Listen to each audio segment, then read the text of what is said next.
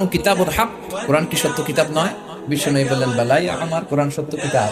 আলাইসা আনতা রাসূলুল হক, আপনি কি সত্য রাসূল নন?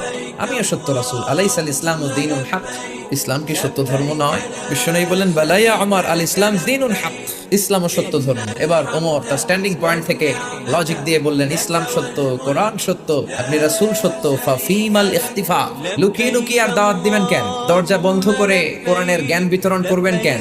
লোকচক্ষুর অন্তরালে নামাজ কেন? ওপেন দাওয়াত শুরু করে দেন। বিশ্বনবী বললেন লা ইয়া উমর হাদিহি বালদাতু মক্কা, এটা মক্কার জীবন। রংবাজি তোমার করতে মন চায়, তুমি মদিনায় যেয়ে করবা। যেরকম ঠিক কিনা? এক এক জায়গায় এক এক স্ট্র্যাটেজিতে এক এক পলিসিতে দাওয়াতি কাজ করতে হবে। সাইয়েদনা ওমর বললেন ইয়া রাসূলুল্লাহ, কিন্তু আমাকে একটা মিছিলের অনুমতি দিতে হবে।